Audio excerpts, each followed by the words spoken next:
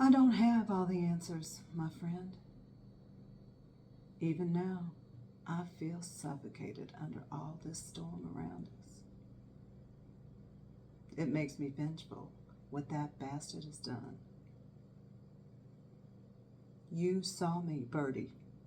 I could have killed that man. I didn't even know I had it in me to do such a thing.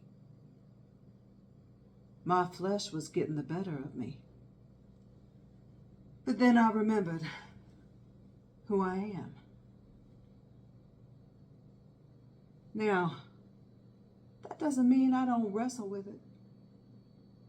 You don't think I want to slit his throat? Stab him once for every wrong he's done? I didn't even know I had this much hatred living inside me.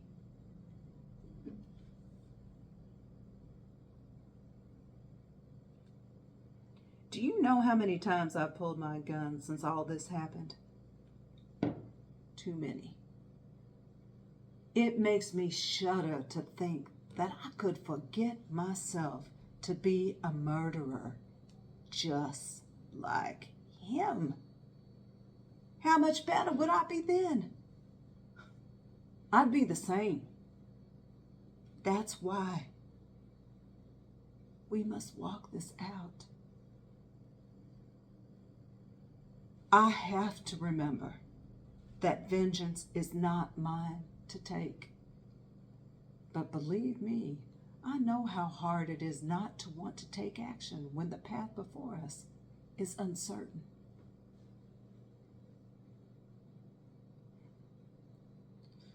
For a while after Adelaide died, I didn't know what was going to happen to me either.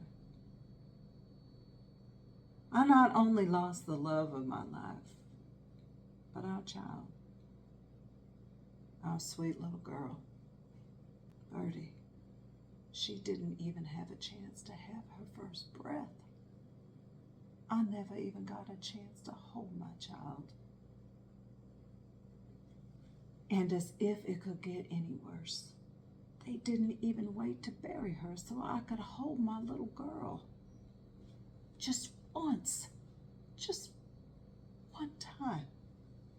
Or to see her face, to see her mother in my sweet child's eyes, or to see my chin or my stubby toes.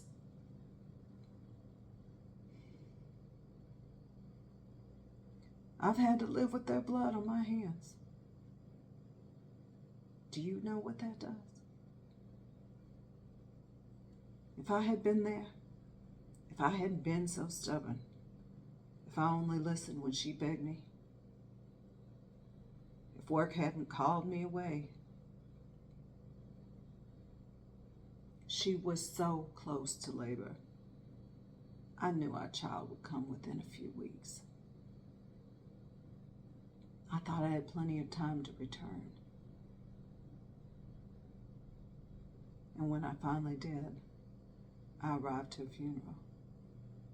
I didn't even know it was for my wife and child. No one told me. No phone call, no text, no email. I never got to tell my beloved wife one last time how much I love her. I wasn't there to be with her at the end before the Lord took her away from me, to hold her and tell her everything was going to be okay, that she was going home to a better place, or to save her.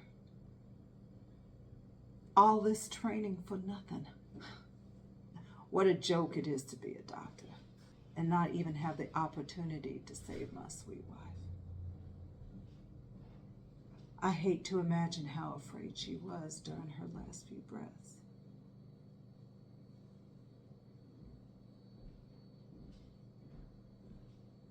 For months after, I saw her in those hellish nightmares, replaying over and over and over every time I fell asleep in this relentless purgatory. such fear in her eyes. God, she cried out for me and I wasn't there. I'm running towards her, but I could never reach her. And by the time I do, she's dead. Dead, and I can't even hold her. Then I hear something, someone evil,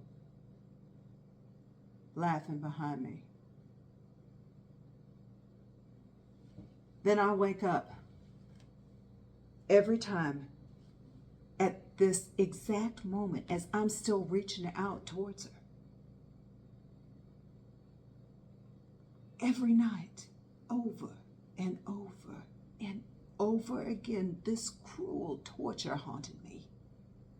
I'd wake up in cold sweats, screaming out to God, "Why, Lord? Why?" I'd fall on my knees and weep and pray. Many nights I sat with a bottle and my gun, spinning each bullet on the table before loading the round. I lost my will to live. I hardly ate. I hardly spoke.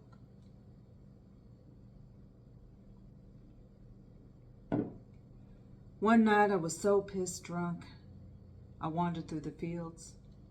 I ended up passing out on her grave. And a voice called out my name and woke me up to the most beautiful sunrise I had ever seen. He said that he sees my suffering, that this was a new day.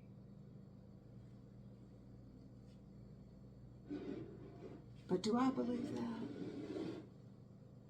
I don't know. I just don't know. What do you think?